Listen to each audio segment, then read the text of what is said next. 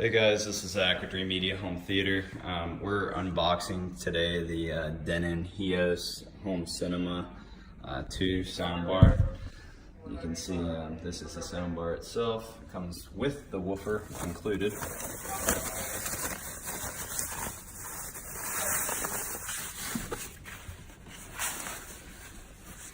Nice, compact, small sub. All it requires is power. And then over here, you can see we already got out the manual, as well as the little stands if you want to put it on tabletop. Comes with little bumper feet, your 3.5 headphone jack, IR blaster, Ethernet cable, as well as HDMI, and then a template, which you can use to wall mount it, which we are doing now. You can see this is one that we already installed.